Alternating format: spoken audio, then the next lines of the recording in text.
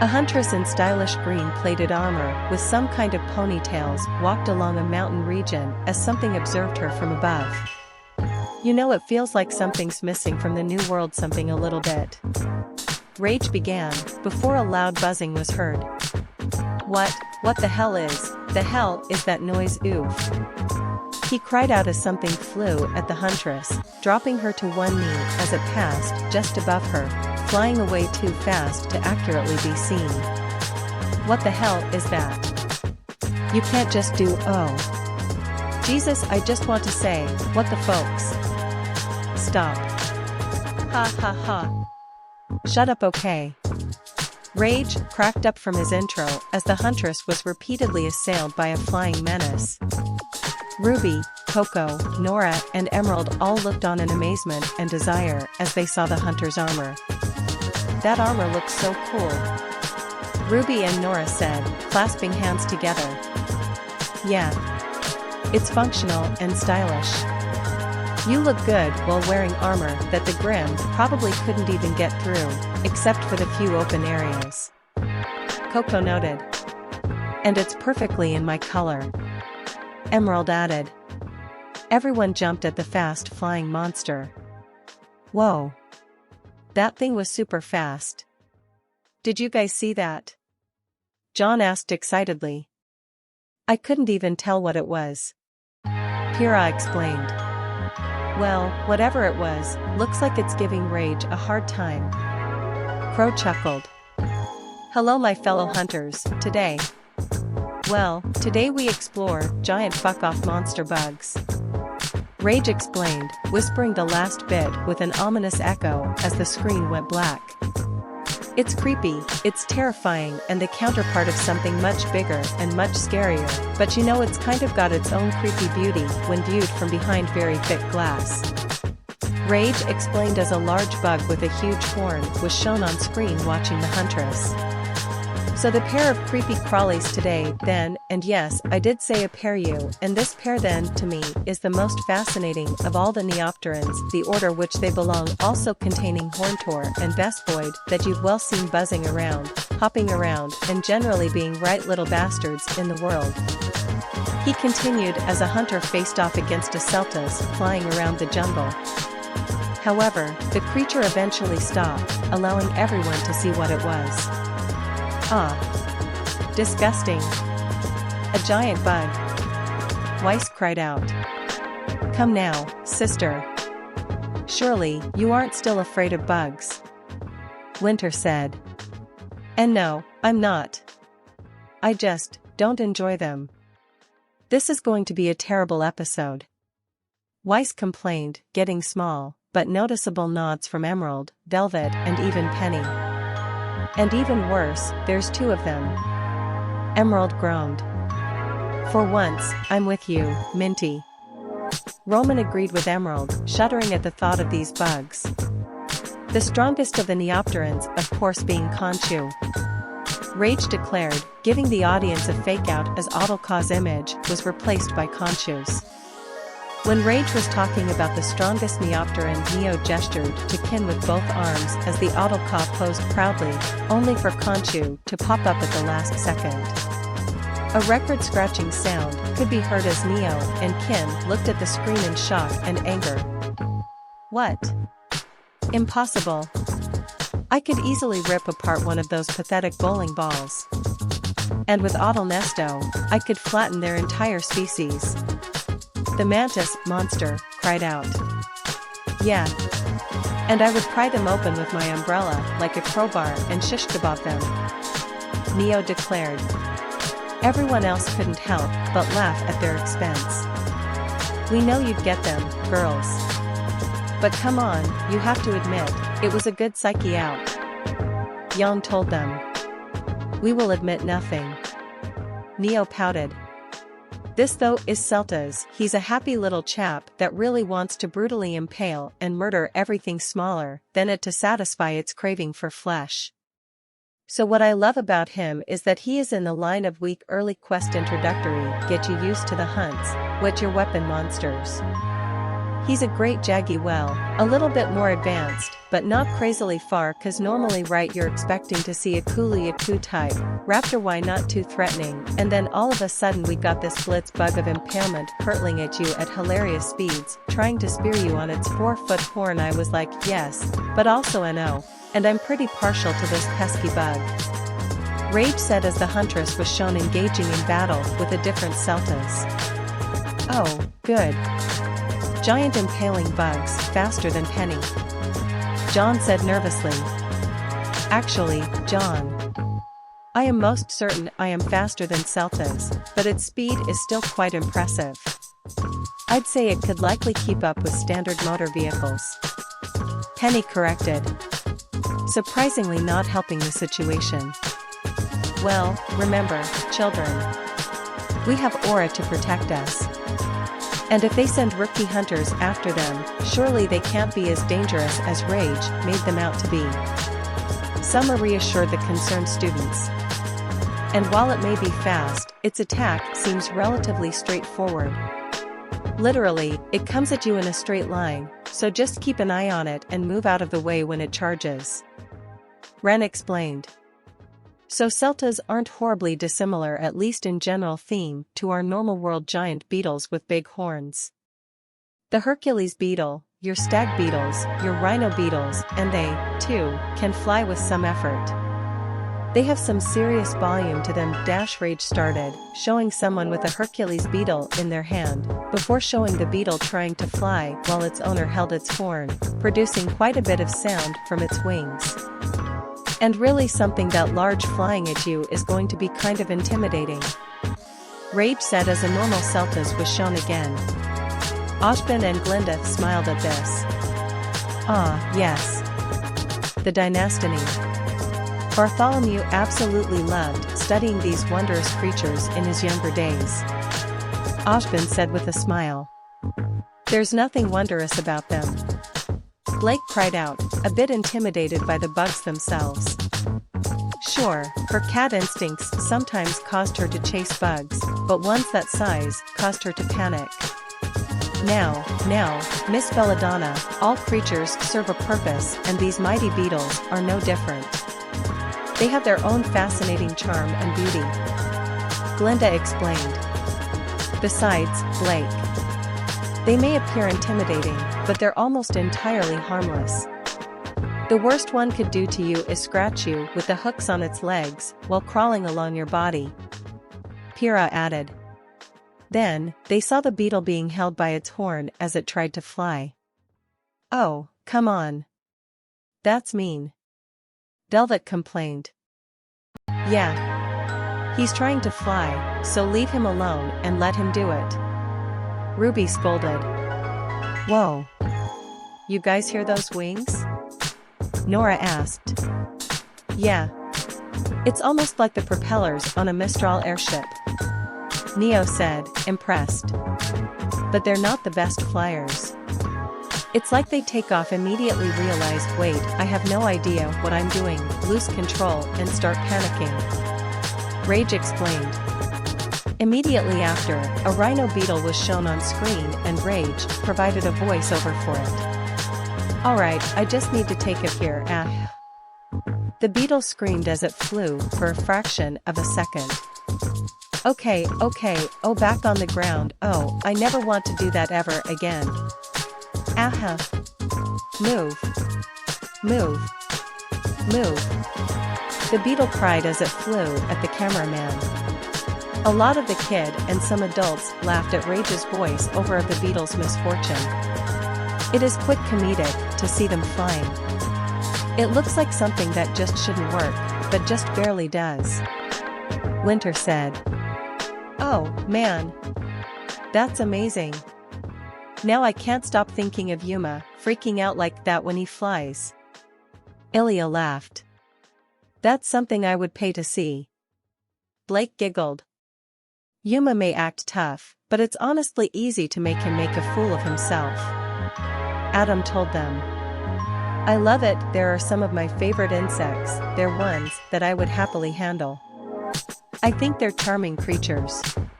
So, to get back to the bug of the hour, there's really not a lot of complexity going on here. He's a huge flying beetle Y-type fellow. Rage admitted. Sometimes it's the most straightforward that are the most deadly. Hazel pointed out. Only if you can't see them coming. Once you understand what you're up against, it's over.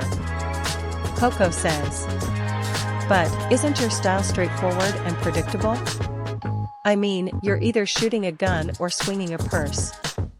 Weiss noted. Maybe, but that's why my semblance powers up my desk so much, so I'm almost unbeatable.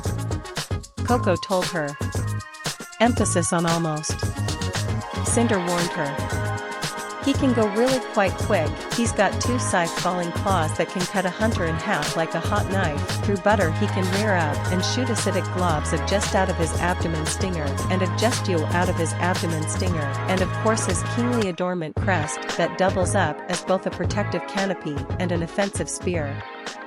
It can penetrate rock, though you can cut it off and make a very, very sad Seltas, Rage explained as the hunter continued to fight against the Seltas, while the creature used all the abilities Rage had mentioned.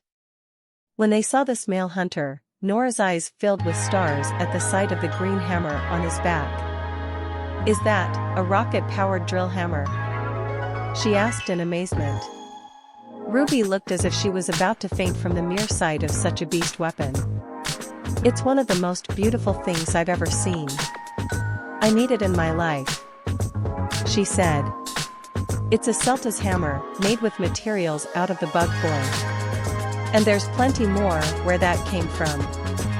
Rizara explained, using her powers to summon and show Nora all the different hammer made from different monsters, including elder dragons.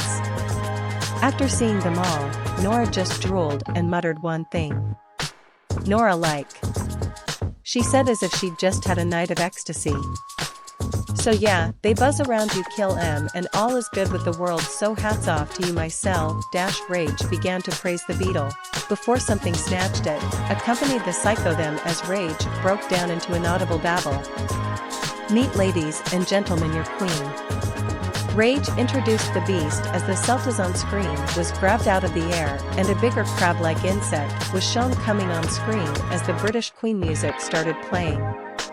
Ah, Terence, not that queen, her own soul song. Rage reprimanded the editor. They couldn't help but chuckle at this. Oh yeah. Sorry, boss. Here you go. The man apologized before the queen's proper theme started playing. On screen, the queen slammed the Seltas onto her head, where it seemingly fused and became a part of her. The sudden appearance of the queen and psycho theme for the queen took them by surprise. That's the queen, John cried out. She's freaking enormous.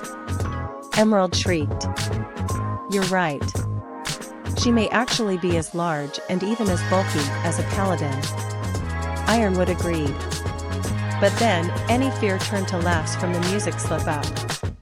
Oh, yeah.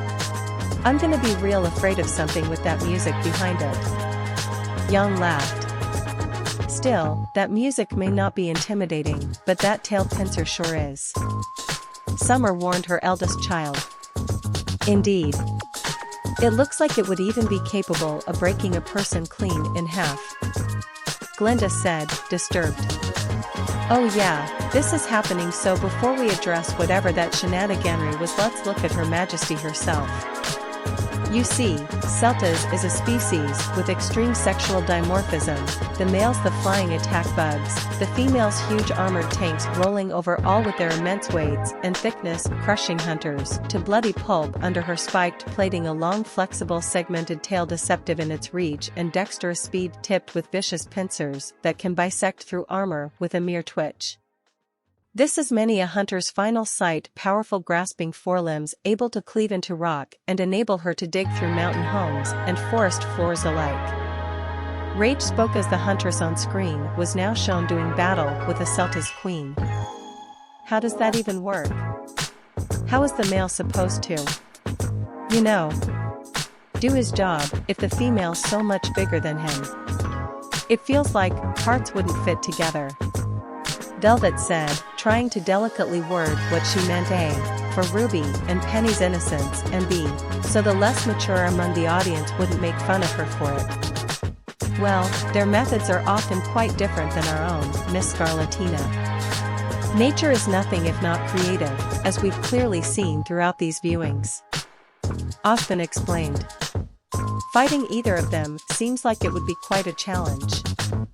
Facing both of them alone seems insurmountable. Ren said in shock. Everything has a weakness, Ren. Even if it has a partner to cover it, it's still not invincible. With a good strategy and solid defense and offense, someone can defeat any opponent. Pyrrha said. But what if they work like bees, and there's an entire swarm of them? Coco questioned. Then it's time to run. Pyrrha admitted. These are where the Seltas queen likes to make her nest. Able to call on an armada of males at a moment's notice, occasionally they are seen traveling with them as almost a royal escort, though more normally they are lonesome creatures roaming looking for prey that they can bully into submission, not ones for stealth or speed. They hunt with pure brute strength, crushing and breaking would-be meals into fine pulp for greedy consumption. Rage said as the hunter and Seltas continued to fight. Yang smiled and clapped at this. Alright, Queen Y. All strength, that's the way to go. Yang cheered. Unless you can't catch your enemy. Neo teased. Oh, yeah? 'Cause I can catch you now. Yang declared, grabbing and tickling Neo. She's right, though, Xiaolong Tower isn't everything. Cinder told her. Who are you, and what have you done with Cinder? Nora asked. Oh, very funny. Although, I will admit, that did feel very weird to say. The half-maiden admitted. Herbivores, smaller monsters, easy targets, and she is no slouch, able to fight off, and sometimes even win against the likes of an aggressive xenober. Rage explained as on the screen, a large horned wolf-looking beast was shown roaring at the sky. Elder dragons of course will pop her like a balloon, but they do have to put in a bit of work. They're gonna get some sweat on their brow, 'cause that exoskeleton, huh? One of the hardest natural materials to be found. Rage claimed. Ruby was shocked at the Rage's belief of the Queen's capabilities and who it could beat, however. What? No way. I don't believe it. There's no way that oversized fly can beat my dragon puppy. Ruby said, petting the Stygian Xenogre in her lap.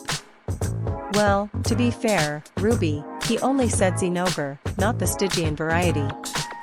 Since dragon energy acts as a steroid to physically power monsters, it's likely that it cannot defeat a Stygian Xenogre. Penny reminded her friend. Queen or not, I'd squash her like the bug that she is. Crimson declared. Although this clearly didn't bode well with his dracophage bugs, as he suddenly began rolling and itching wildly as they bit into him. Oh, come on, guys. You know I didn't mean it like that. I didn't mean you guys. He pleaded. I think that symbiotic relationship just turned parasitic. Ilias said. Also in command of the water element, able to fire out pressurized globs of mucus like liquid that explode with force and causing lovely water blight. Say goodbye to your stamina. Letting her have a small amount of ranged combat capability, but the thing is she is well sluggish. She's easy to get behind and start cracking away at that shell and then just speeding into the soft flesh hidden within. Rage explained as the hunter continued to face the fearsome queen. In that case, I could finish her easy. Adam declared proudly, confident he could get behind her quickly and slice open her shell in its most vulnerable areas. Don't get cocky. The queen still seems smart. She's smart enough to a male for extra maneuverability, and she can snatch a Seltas out of the air. So while she's slow, her reactions and that tail aren't. Hazel warned him. Also remember, he only said you can start cracking away at her shell, not that you'll instantly get through it. And most of these creatures' hides are stronger than steel. It would take you a while to get through it, at which point the queen would know you're there. Winter informed them. I'd like to see how her armor stacks up to my bullets. Even if they take a while to get through her shell, the force and pressure from being pelted with bullets should stop her from charging at me. Coco boasted. So her chief and most effective weapon are her pheromones. She condensed them from underneath her body, covering a hunter's in this awful foul substance that essentially makes all of your food uneatable and items unusable for a time. All of your friends are unable to be around you, and the requirement of 15 showers. She can also use this pheromone to attract a male Seltas from nearby.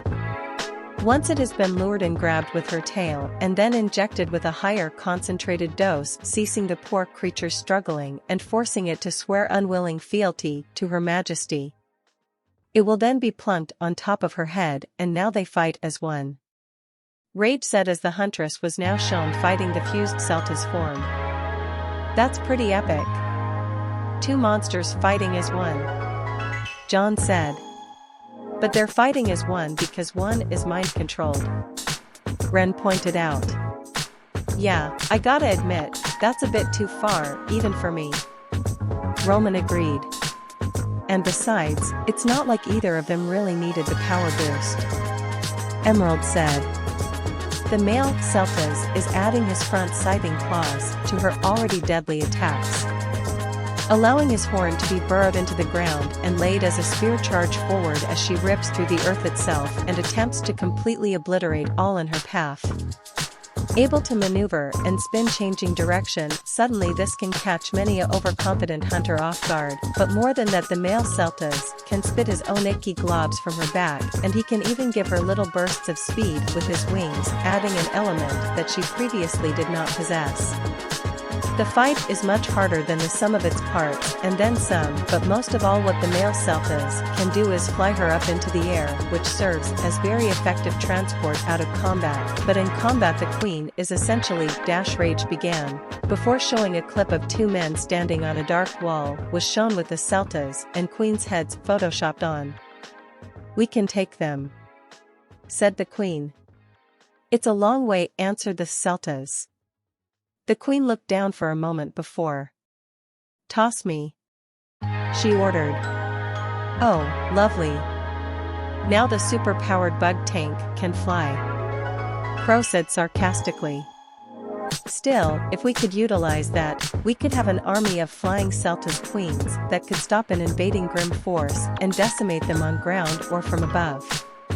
Winter argued. Yes, but the male has no control over it. And he's being forced to lift something that must be at least 3 times his weight. You'd basically be making the males into slaves.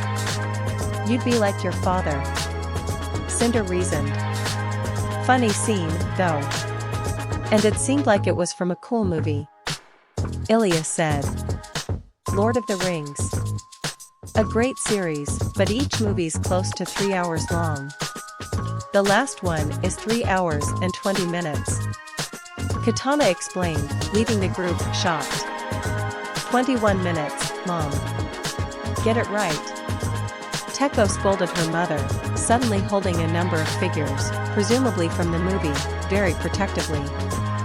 And he plunks her back down with shattering force, resulting in her most powerful single, a hit. They are a fun little duo to fight and then some.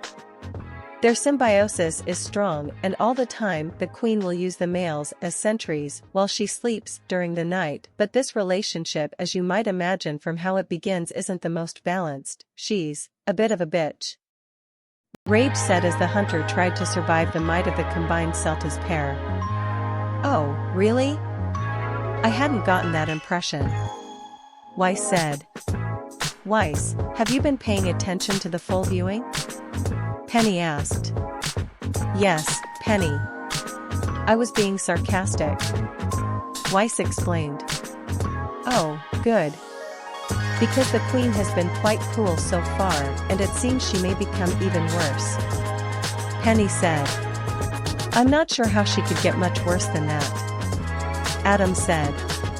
Honestly, when she is truly exhausted, truly injured, truly threatened with death's dark doors, well, Rage began, stopping to let the audience see for themselves as a Queen Seltas was shown grabbing the male flying around her before slamming it head first into the ground, 1, 2, 3 times before dropping its broken corpse in front of her, unsettling the hunters observing this as sad music played in the background.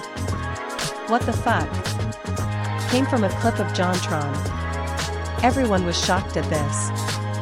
That would be how, Taurus, Hazel said in shock. But the Cinnamon Trio was absolutely horrified. No. Why are you doing that? Pyrrha cried out. He's on your side. He's helping you. Stop hurting him, please. Velvet pleaded. I can't look. If I'm not looking, it's not happening. Ruby cried out, covering her eyes. I don't think even my father could be quite that cruel. Weiss said, shocked. She finishes off in brutal manner the male and eats him right in front of you for stamina and health. If that's not a damn nature, you're scary. Which I think honestly is wonderful. Insects should be a lot more alien and inhuman in their mannerisms, and to them, well, it's a drone sacrificed for the good of the queen, but to us it's a heartbreaking cruelty, and the first time you see that happen it's just you stop fighting mouth open, okay? Wow. Alright then. Rage said as the hunter fought the fused pair once more. But why would they do that? The Seltas was so loyal and kept protecting her. Ruby cried out. I don't like it either, dear. But nature's cruel sometimes, and animals will do whatever they can to survive. Summer told her daughter. I think I'm gonna be sick. Emerald said. Join the club. Ilia groaned, feeling ill herself. Cinder shivered at this, as she knew in the main timeline, she had betrayed and thrown Neo into the abyss once she was done with her. I will never allow myself to become like that, she promised herself. The thing is, every time you kill the little Seltas, she just summons in another one, so you can get through quite a lot of them. So that's the Seltas duo. They are just magnificent monsters, and add so much to the world. Imagine them in the new world, but there is a little variation on them. Rage said as the hunter still fought the pair. So, it's never-ending cruelty until you kill the queen.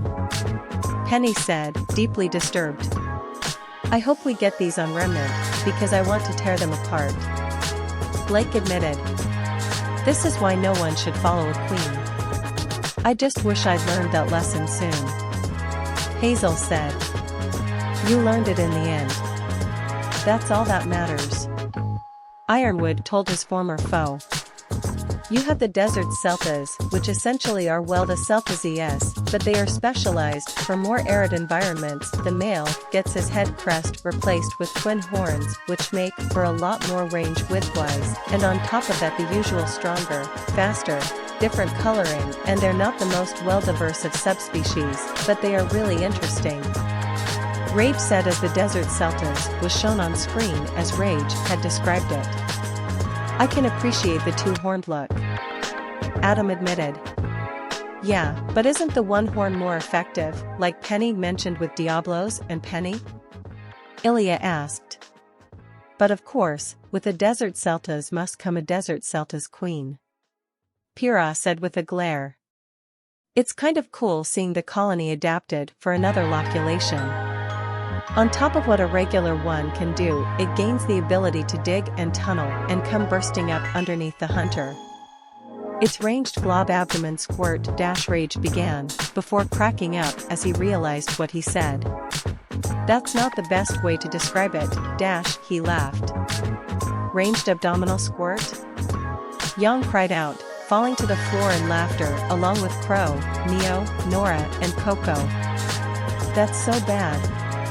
Coco laughed. Miss Adele. Glenda snapped at her student.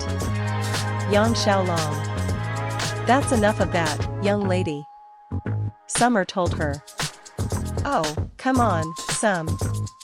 You can't deny that's hilarious. Crow said. I can and I will. The Rose matriarch declared. So shameful. Winter scoffed. Becomes a paralytic, a substance that renders you, well, paralyzed. So, of course we have the desert Seltas queen stronger in the general sense, but her tail much lengthened and much more of an effective weapon. RWBY said as the desert Seltas queen was now shown on screen. She uses it to plunge deep into the earth and grab a sleeping dormant male deserts Seltas, wakes them up with the injection of mind control pheromones, and forces them to fight. That's one hell of a rude awakening right there, but she is somehow even crueler to her male counter, but she doesn't even pretend that they're equal. RWBY said. Oh, no. John groaned, looking to Pyrrha in concern. This will not end well. Ren stated. I fear greatly for the male Seltas. Penny said in concern. Now she uses her male Seltas as ammunition for her ultimate attack, the beetle cannon. So she uses a high pressurized liquid buildup to then blast out with the Seltas parked on the front and sends him screaming at you, and whether it impacts an unlucky hunter, her ginormous, concussive force, or the walls behind when you dodge, the Seltas fired explodes into pieces, dying horribly, and then she rips another one out the ground immediately to replace it. Yeah, so they're active at night, so that's cool. RWBY said as on screen, the queen pulled up a male Seltas, plopped it on her head and fired it, hitting an unlucky hunter and causing the doomed bug monster to explode into a shower of guts and gore before the queen pulled up another one to repeat. New. The cinnamon trio cried out upon seeing the Seltas' demise. How could she do such a thing? Pyrrha cried. Poor Seltas. Velvet sobbed, hugging Coco tightly. What is wrong with her? Those males are just minding their own business, and she blows them up like nothing. I want to cut her in half with crescent rose.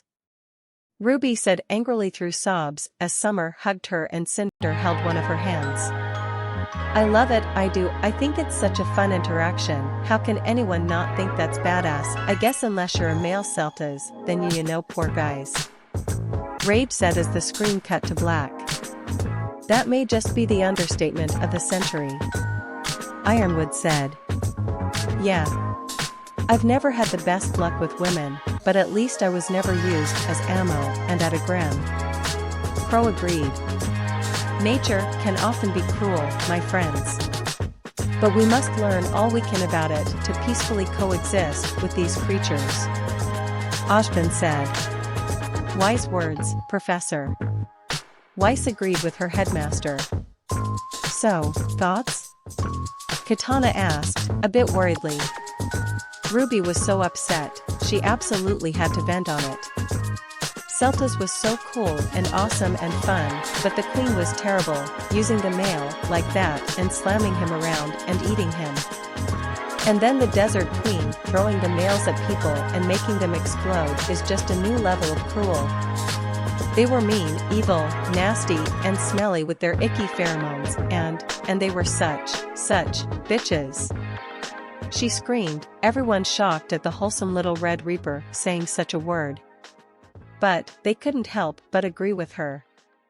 I would normally scold you for such language, RWBY, but in this case, you are absolutely right. Summer admitted. Yeah. We better start making some giant fly swatters. Because if we get them on Remnant, I'm smashing as many as I can find. Yang declared. Again, I'm getting Salem flashbacks from those freaky things. They're evil queens that will destroy their underlings as soon as they're no longer useful to her. Cinder said, shuddering in fear. Honestly, they may even be crueler than Salem. At least she never ate any of her subordinates. Hazel said. 1.